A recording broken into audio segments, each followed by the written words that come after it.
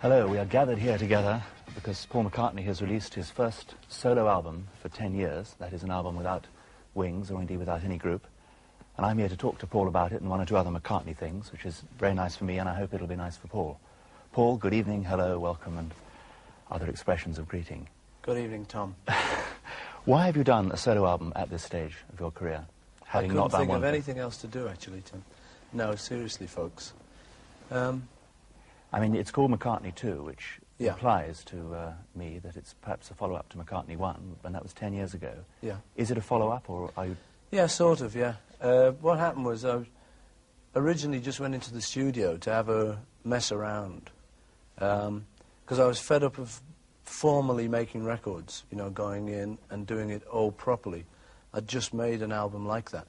And I wanted to just hire a machine, which I did. I hired a 16-track machine and just put a microphone into the back, so it's a very primitive way of doing it. And you bypass the mixing console. And I wanted to just go in for like about 2 weeks and just have a mess around and definitely not do anything for a new album and definitely not try and do anything properly and definitely experiment with anything, you know, and just any little noise I wanted to do. This was going to be total freedom. And I ended up, I kind of enjoyed it so much that I ended up keeping the machine for about 6 weeks.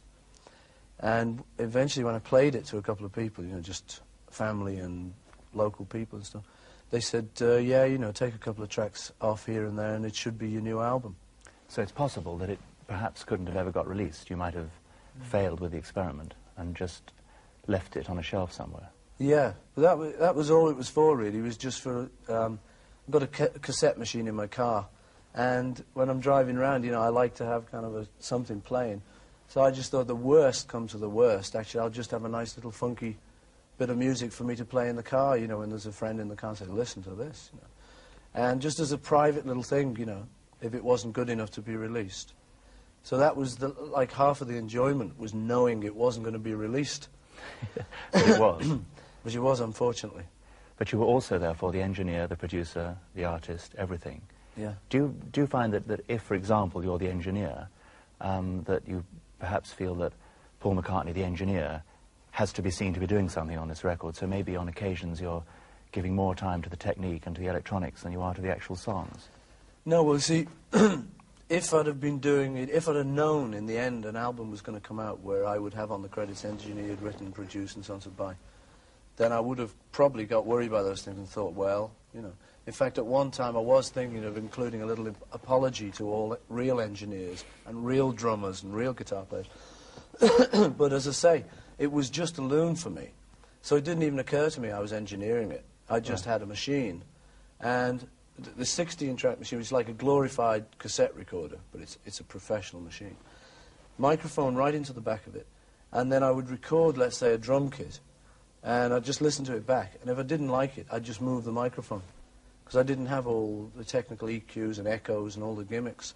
So I just had to move the mic. So it wasn't exactly engineering, you know. Yeah. It was more like moving mics, really. Do you think that song-wise it, in fact, causes a great departure for you? Because to the totally uninitiated, they would say, well, it still sounds like Paul McCartney and a rock group. I mean, do you think, in fact, that artistically, in the end, it's in fact made much difference? I don't know, really. I'm probably not the person to ask about that. In my opinion, yeah, I think there is something different about it. We had some other recordings that we were working on. Actually, it was the live version of Coming Up, and the solo version is off this. And we were working with an engineer, and he listened. We'd been working on mixing the live one. We'd been working on it for half an hour or so. And then I said, wait a minute, I'll just play you this other one. And he got a totally different feeling off the solo one to the live one. Yeah. The live one sounded like stuff you might expect.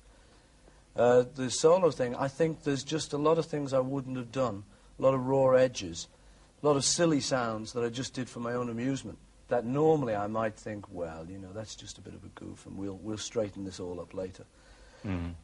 So I think there is something different about it. I mean, I wouldn't fight or argue the point, but for me there's probably something a little bit different. But most of the numbers, you've been quoted as saying, in fact, were almost made up as you went along, and only perhaps Waterfalls, that was the only one which was actually a song before you went to record it. Yeah, that's true. Whereas with, say, the last Wings album, that wasn't true. You would have gone in with most of the songs ready. Yeah. Well, that was, as I say, that's true. That's why I did it this way, because I would just turn up in the morning, bang a couple of drums, because I knew I felt like banging a couple of drums. But I didn't know where I was going to go from there. Do you, in fact, as a songwriter of both words and music, regard one side as more important than the other? Which comes first? No, I think they're both as important as each other. Myself, I don't really feel like a lyricist, but I think at certain times I've done some good words. I feel easier with music. It's just the way I am, you know. Yeah.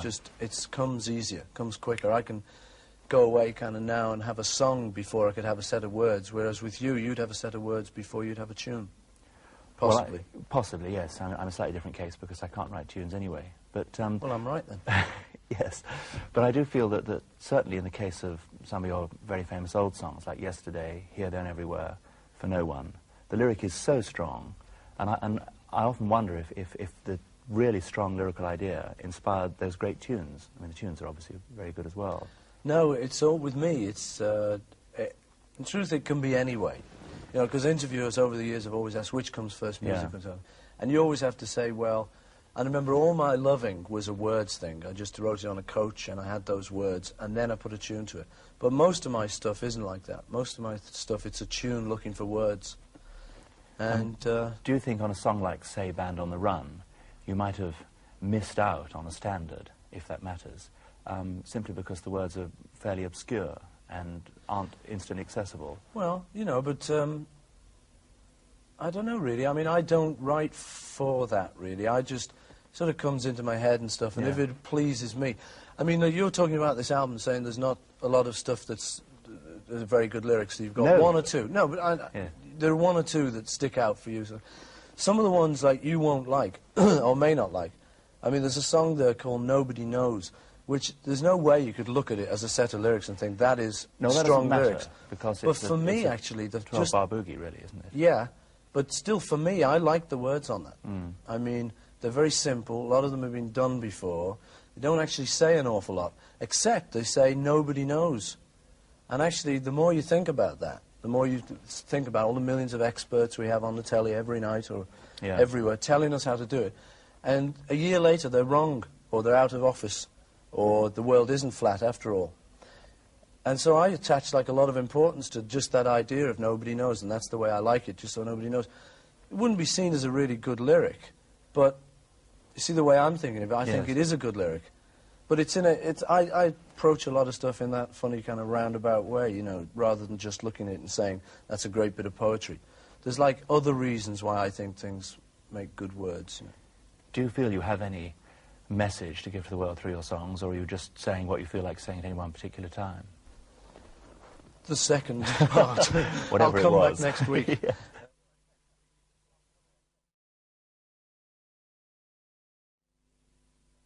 Do you think there's any significance in the fact that most people will probably say, and already are saying, that Waterfalls is the best song on the album, in fact one of the best songs you've done for a long time? Do you think that possibly, purely from the song point of view, that it is best to have the song before you start recording? Yeah, it may be, actually. As I say, you know, this wasn't intended to be an album.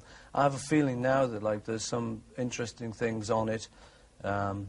Certainly people haven't come up to me and said, oh, you can tell. That's the only... I mean, if in a way, I don't need to tell you that. You know, I could say, yeah, I wrote them all, and actually Tony Brabham engineered it all. It's all been done professionally. But it could be right. Could be. It's definitely the way I've always done it. But this was purposely to get things off my chest doing this album. You know, I really felt as though I was just going to be bored if I just walked into another studio, the same old thing again, and wrote some songs. It was just something I had to do. I mean, one of these days is sort of talking about, if I can move to one of these days swiftly, that's talking about one of these days when my feet are on the ground. Well, that's something everybody can instantly relate to use an overused phrase. But, and of course, two or three of them, two in fact, are instrumentals anyway, so they have no lyrical content at all. But one of them nearly did have some lyrics. Which one was that? There's one called Frozen Jap. Or in Japan it's called Frozen Japanese. Now, is that, one has to ask this, is that in any way related to your slight problems in Japan? No, it was done beforehand. All of this stuff was done summer of '79. And then my Japanese holiday took place in 1980, beginning of 1980. And that is a bit unfortunate, that, because it will be seen by some people as to be a bit of a frozen Jap. But actually, it's a working title that stuck. When I did the tune, I was always imagining having sort of and all of that on it, you know, because this was in my... I was just doing this for my own insanity, you know, I wasn't thinking of it as a record. And I like doing all that, you know, that sort of funny Japanese singing. But I couldn't think of a title for it. I was hoping it would be called... hoping I could think of something like, you know, Crystalline Wonder Around Mount Fuji. Or I was looking for something short, but that said that, you know, that postcard you see of winter in Japan with Mount Fuji with the snow on the top. Snow-capped Fuji, you know, it might have been called, or something like that. I was looking for something pretty. But I couldn't think of anything, so to remind myself what it was all about, I just wrote down on the box Frozen Jap, meaning, you know, frozen, that's the ice, and Jap, it's vaguely oriental. And it stuck, you know, and I was working with other people, and they kind of, you know... And you weren't tempted to change the title at the last minute? So, I wasn't going to change it, but it turned out that in Japan, the word Jap is, like, still thought of as being very derogatory. Although I think over here it's been diffused a lot. I think, like, the man who's got a clothes firm, who's a Japanese guy who calls himself Jap, they calls the clothes firm Jap. I think things like that have brought it, for me, a little bit more into line with Yank and Limey and Pom. You know, they're not as offensive as, like, Wop, and there are certain ones that are well offensive, Yid, you know, and those are the ones you don't use. And I think the Japanese think that Jap is still in that kind of thing. For me, it's becoming a borderline case, because of a lot of Japanese in the West, their own attitude to it. So anyway, out of not wanting to kind of do a snub to anybody who might be offended, in Japan we've called it Frozen Japanese. This is a little bit timid, you know, but might as well. Rather than offensive.